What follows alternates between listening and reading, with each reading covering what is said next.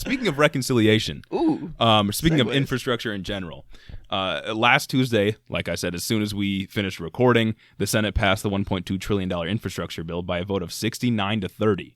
Crazy. Kind of surprising, meaning 19 Republicans voted with the bill. It's all traditional infrastructure, though, isn't it? Yeah, roads, bridges, water, that kind of thing. And I think still certain roads, bridges, and like water functions were cut out of the bill too. Yeah, it's only $550 billion of new spending, so it's not as if it is actually a full $1.2 trillion package, but there is a lot of good stuff in there, and hopefully I'm praying that it paves the way for the much larger reconciliation package to come in and just tie everything up in a nice little knot.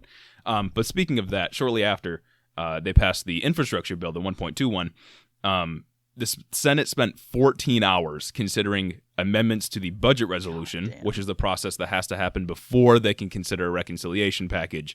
And that passed on a 50-49 party line vote early last Wednesday, like very early in the wee hours of the morning. I don't know what Republican wasn't there, but it was 50 Democrats versus 49 Republicans. Naturally. That would have happened anyway. Vice President Harris would have come in and broke the tie. Yeah. Anyways, there were a couple notable amendments that I thought that we should talk about and give our thoughts on. The first one was a 50-49 adoption of an amendment to not teach critical race theory in schools from Senator Tom Cotton. And that passed because Joe Manchin broke with the Democratic Party and voted to pass this amendment. So it's a part of the package. Oh, so it was 50-49 conservative. Yeah, with Joe Manchin on top. Oh my Right, not God. party line. Not party line. This fucking dude. Yeah, it's I don't know what Tom Cotton's justification was. I don't know specifically what he said when he was trying to get this passed, like when he went on the floor to speak. But Joe Manchin voted in line with the Republican Party to put an amendment that says you can't teach critical race theory. Okay, Joe, please define what critical race theory is. Dude, you said 50-49 in the show notes, right? And I was confused. Yes. I'm like, why'd it pass? I assume everyone... Of course it's fucking Joe. Dude. Yeah, 50-49 the other way. What? Yeah, I knew we'd get a kick out of that one. I don't... So it wouldn't have passed. Oh, no, it would have. It would have been 41-50. Or no, 51-49 if the Republican senator was there. Never mind. But, dude, no, define CRT, please. I don't understand what the point of passing this amendment was, because we know that conservatives use the fear around critical race theory just to rile up the base. It's all virtue signaling. It's all a part of the culture war. Does Joe Manchin not know that? Or is he just trying to like appeal to his Republican voters in West Virginia? I wouldn't fucking be surprised either way, but I don't get it. Like, why would you do this? No, literally. This is a reconciliation package, dogs. Talk about things that don't belong in infrastructure. Facts. It's CRT. The Anything about CRT. parliamentarian loved to step in when talking about God, what was $15 it? wage. $15 minimum wage. How you can't vote for that in infrastructure, but CRT you can ban that in an infrastructure bill? Yeah, parliamentarian also said that like things like Medicare, more funding for education, all the stuff that's good, wouldn't belong in a regular infrastructure package. Oh, but critical race theory does. And all Republicans also said that kind of thing. But critical race theory, and also parliamentarian had lots of issues with the reconciliation process and what we were going to include in that. $15 wage thing was a part of that. Why aren't they speaking out about it now? Facts. Why aren't they saying nothing? That's a stupid fucking job anyway. Stupid amendment. Maybe there's some like Senate processes that we don't know about that the parliamentarian doesn't step in during the amendment process. I don't know. But either way, it's dumb. It's like, also, when you pass laws, things have to be very defined. They have to be defined to a very meticulous level. What does this mean? I don't know. Is this going to mean like what we've seen in Texas, where they've then made it so that the teachings of Martin Luther King, Susan B. Anthony, and Cesar Chavez are no longer required in school? And they basically count as critical race theory. Yeah, and that you also don't have to teach that the KKK is bad anymore? Yeah. Like, what are the implications? This is, oh my fucking God. I didn't even know about this. Yeah, this is news to me. I really do not understand where this came from. And even if we're being charitable to Tom Cotton, which you usually don't need to be, but even if you are, there may be some language in the amendment and now that will be in the bill that may specify what exactly he's looking for. But even then, I can't see why you would ever like want this in, like if you're a rational person. And you know what I mean? Infrastructure bill, like, yeah. What? I don't know, whatever. There is justification for having things like Medicare for all or a $15 minimum wage and an infrastructure bill, because those things then can grow the economy, or it's investing in human infrastructure, things like that, non-traditional infrastructure. This has absolutely nothing to do with anything. No, it's virtue signaling. That's all it is. And a lot of these Republican amendments were. I mean, because the amendment process is just built so the minority party, or I mean, I guess really anyone, but mostly so the minority party can get stuff they want into the packages. And, this is one of them, I guess. What the fuck? Yeah. Okay. The next one, there was a set of amendments that were trying to undermine the ability for immigration reform to be passed in the reconciliation package. Most of them did not pass, except one that requires a negative COVID test in order to come into the country, which is really weird. Because it was one made by a Republican. I can't remember who. But Republicans do not support having to get a COVID test when you go into a store or a workplace. They don't support mandated vaccines or anything like that. But they want to force immigrants to get it. Like, I don't understand. No, but also, are you going to vote to fund the necessary infrastructure to set up these testing locations to test all the people that are coming through? Or is it just going to be a situation where this is on the books and we're just going to turn them around because of a cough, a headache? Or are we gonna measure their temperatures with the forehead thing, even though they've been crossing in the desert heat and their body temperatures are going to be raised anyway? And using that as an excuse to turn them around. I didn't think about that aspect. I figured it was going along with the rhetoric that we talked about last week with Ron DeSantis just saying that, like, immigrants are the ones spreading COVID. It's not Americans doing it. When Florida, clearly that's not true. The non-border state, which now has 1 in 5 new COVID cases. Yeah, but now that you mention it, it does make a lot more sense. Maybe they're going to use this as justification to turn more immigrants away. And I guess depending on who's handling the testing at these locations on the border, we could see how that pans out. But that one was adopted. Like, it'll be a part of the reconciliation package. That's not infrastructure. I don't know. I guess you could make more of an argument for the COVID testing rather than CRT. Yeah, 100%. But like it's more virtue signaling because they hate non-white people. That's all it is. The next one surprised me. It was a unanimous adoption of an amendment to oppose defunding the police from Tommy Tuberville. Didn't that shit get like 98-1 or something? No, I think it was unanimous. I think everyone voted to adopt it. What?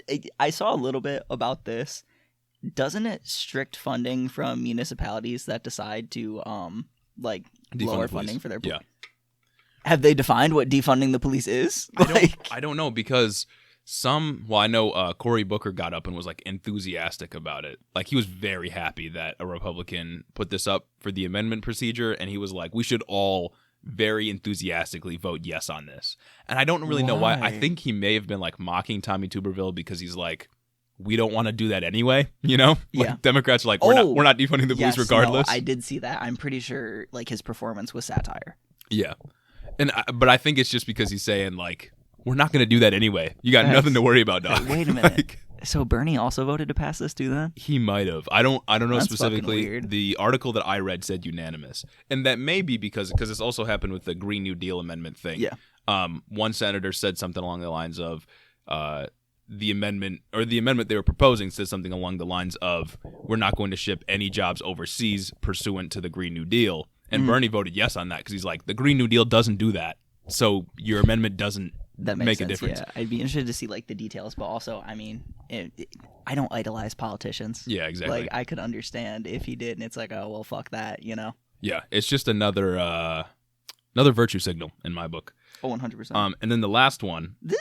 This virtue signal, sorry to cut you. This virtue signal does have a little bit more of a consequence. It matters. You know what I mean? It matters. It matters more, especially considering like how long this may stay in the law. Yeah. Too, because police around the country are not being defunded. Right, and I would say that this virtue signal wouldn't matter if all of the Democrats didn't hop on top of it. Oh, because they all agreed, or at least most of them agreed. I don't know if it was unanimous or not, but like I said, the article said unanimous that I was looking at. But even if it wasn't, even if it was just a majority, that shows you that Democrats don't really care that much about defunding the police in the Senate, which is also kind of telling to a lot of activist groups that worked very hard over the last 2 summers. Be. And it's just, it doesn't do anything for them politically to like lie. They're still going to be like attacked saying that they're for defunding the police no matter how they vote. Right, and I was thinking maybe they used this as an opportunity to contrast themselves with the conservative messaging around Democrats specifically, because we've seen in polls that the messaging around Democrats saying that they want to defund the police, they want to make your communities less safe, more hazardous. Yeah. It does work. That scares people into voting for Republicans. So maybe they use this as an opportunity to step away from that. But I don't think it's going to matter because they're going to say that they want to anyways. Facts. Like in all of these Senate races, everyone who's up in 2022, they're all going to say that this Democrat wants to defund the police and is a socialist. And they wanted to, exactly, yeah. Yep, they're going to say that every time. The last one, which is one of the amendments that I would say you have reason to be mad about, was a 40 to 59 vote. Joe Manchin's on his shit again, voting with Republicans. He voted to uphold the Hyde Amendment, which, if you don't know, is a long-standing ban on federal money going towards abortions unless the woman's life is at risk. That is what the Hyde Amendment is. And Republicans, basically, their amendment was like, you're not going to do anything in this reconciliation bill that would go against the Hyde Amendment. And 50-49, Joe Manchin. Joe Manchin, that guy. Wow. Gotta love him. Honestly, I don't know if any federal money was going to go towards abortions anyway. Like, I don't know if that was going to be in the package. But the fact that Joe Manchin's like, yeah, I support that is just like, dog, you gotta stop. You're just ruining everything. No, literally. He's literally ruining everything in this administration. And I know that abortion is probably the biggest issue among the conservative base. Yeah. So I understand. Abortion and guns. Right.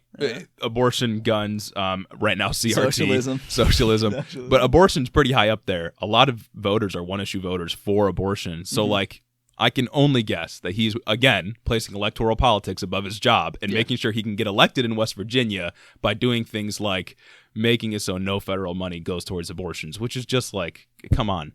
Facts. Giving more federal money towards things like Planned Parenthood and abortion clinics lowers abortion rates because it gives more resources to women. And not only, like, people don't understand.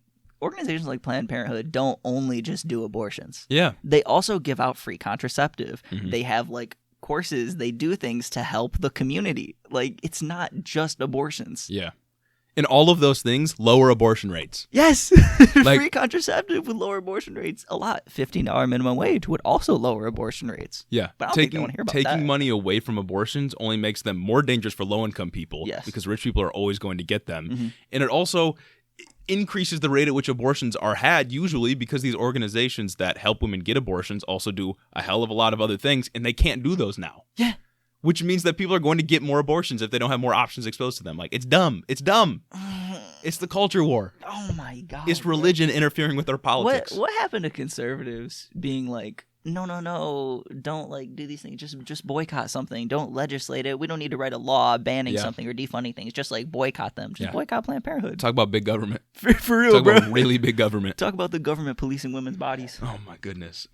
Anyways, although the resolution's been passed, the budget resolution has, senators still have to translate it into a bill. And they have to keep the entire party together. And not only do they have to keep the senators together, but they have to make sure the House doesn't fall apart at the same time. Yes. Isn't there something like 300 amendments, like, within the bill, too? That was, there's 300 amendments for the infrastructure bill that was, like, considered. I don't know if they all got put in. Okay. But it was, like, 14 hours of these kind of amendments that went, like, into, like, 2 a.m. on last Wednesday. Jesus Christ.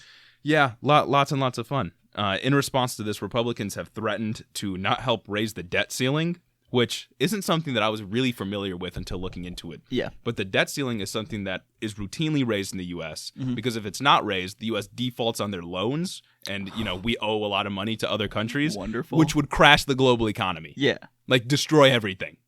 The U.S. cannot default on their loans. Well, U.S. currency is the most important one in the world right now. I mean, it's in circulation in most places. Most countries, like, use U.S. currency. It's just, that's insane. Yeah, so they're basically saying that if you pass this bill without us, then we're not going to raise the debt ceiling. Which, technically, you could raise the debt ceiling in the reconciliation package. And if you don't, then you're going to have to go through normal order, filibuster. So I don't know why they don't just do it in the reconciliation package. They won't, but I don't know why they're not. Yeah. I don't know, though. Like, this could be really bad. And I don't know. It's hard to see a world where Republicans intentionally crash the world economy, but at this rate, nothing. Can blame it on Joe Biden. They will literally do anything. Just refresh my memory, explain to the listeners, not me, what the debt ceiling is. The debt ceiling is basically just the limit at which the United States can borrow money. And if we don't raise that number, then we default on our loans, which means that, like, a lot of bad shit will happen. I don't know the full extent of what's going to happen, but you'd have to ask an economist to get all the nitty gritties on it. But I know that it's bad and that it's been raised every single time throughout every single year at every single administration, even during the Trump administration, during Obama, when things were partisan. But if they don't do it now, especially during COVID, when the economies around the world are just getting to recover, some still haven't. The working class is just struggling. Yeah, too. We really are just struggling. So yeah, I really hope Republicans don't go through on this threat. But at this point, wow, wouldn't be surprised. Don't you love it when the people that can survive a global economic collapse just collectively hold a gun to the working class to get their racist agenda or whatever agenda through? Yeah. Like, wow. Yeah, gotta love it. Love the state of politics right now. And the last thing I have to say on the reconciliation package specifically is that it looks like in the House and in the Senate, some Democrats are looking like they're going to peel off from it. I'm not surprised at all. And if you remember, Nancy Pelosi in the House said that the House isn't going to take up either package until both of them pass the Senate in its entirety. So if we don't ever get a reconciliation package through, we're never going to get the infrastructure deal and we get nothing. Manchin recently said, to make you even more mad at him, his quote was, "I firmly believe that continuing to spend at irresponsible levels puts at risk our nation's ability to respond to unforeseen crises our country could face." Like COVID? Yeah. Like COVID that we're really just not responding to. Like super 20,000 anyway. people dying each year because they don't have access to healthcare. No, this dude, he pretty much said, I wouldn't be surprised if he argued the same thing during, stimulus checks. Like, he basically said, no, guys, we can't worry about this current economic disaster. We have to think about the next one so that we're ready for that. And we're ready to push that one off to deal with the next one, too. Yeah. There's been lots of talk recently about inflation and how, inflation's going to destroy the economy. Yes. Inflation's usually pretty normal, and a lot of economists are saying that the inflation that we're seeing right now isn't really that bad, and it's probably going to go away within a year. Yeah, it's supply chain disruptions. Right, exactly. And Manchin is saying... Well, he said later on in that, because it was a very big tweet, basically like a prose paragraph, and dude was saying that our economy's close to overheating. And I want to know what economist told him this, what policy advisors telling him that our economy is close to overheating, because it's not going to. No, it's not going to. It's just more rhetoric to keep us from doing good, progressive things that are actually going to help people. Yeah, but also speaking of supply chain measures, quick side note, COVID update. Vietnam is experiencing massive lockdowns. Hanoi is completely locked down now. Lockdowns are more widespread and more strict now because Vietnam is getting shit on by COVID. Yeah. Why that's important? Since Trump instituted the trade wars with China, a lot of manufacturing, a lot of the last steps or last step in manufacturing has been moved to Vietnam in order to curb the tariffs from importing things from China. So a lot of our supply chains, it's why you've been seeing made in Vietnam on more and more products lately. A lot of our supply chains end in Vietnam. With lockdowns happening there, we're going to see inflation continue to rise. Yeah, it's just another example of things that a lot of progressive talked about early on in the pandemic is that if you want to fix the economy, you have to fix the pandemic. And if you're not willing to do both of those at the same time, we're not going to get anywhere. And meanwhile, you have people sending their children to school even though they know that they're COVID positive. Oh my God! And you have conservatives just not caring for the lives of other people. You have Matt Walsh. It's ridiculous. Matt Walsh lying, going to his straight up lying one, and also going to his local school board when, keep in mind, he homeschools his kids, his poor fucking kids. Oh my God. Anyway, going to his school board and saying that masks are evil and all the shit like that. He went to a school board meeting when his kid does not attend that school. Yes. What are you doing? No, it's all virtue signaling. He's just making shit up. I don't get all the COVID stuff. I don't get all the anti-mask stuff. It's dog, please just shut the fuck up. Anyway, my solution for Democrats peeling off is just don't tell them the number anymore. Just don't say 3.5 trillion. If that's what they're concerned about, they're concerned it's a big package and they don't want to wait on the infrastructure deal also being passed in the House. Just don't tell them. Don't tell them. Lie. Keep it a secret. Don't let them know. They don't have to know. I just want to get this passed, bro. Please. There's a lot of good stuff in the reconciliation package, and we badly need it. On top of that, the infrastructure deal would also help a lot of people. So, please. I wouldn't be surprised if most, if not all, of the good stuff gets stripped from the reconciliation bill, considering that Democrats are already peeling off, and we're just debating amendments. Yeah. And they're already peeling off. So and I wouldn't be surprised if it gets lowered to 2.9 or even lower. Because, 2.9 to a lot of people is oh, well, it's less than 3. Even though it's whatever. 100%.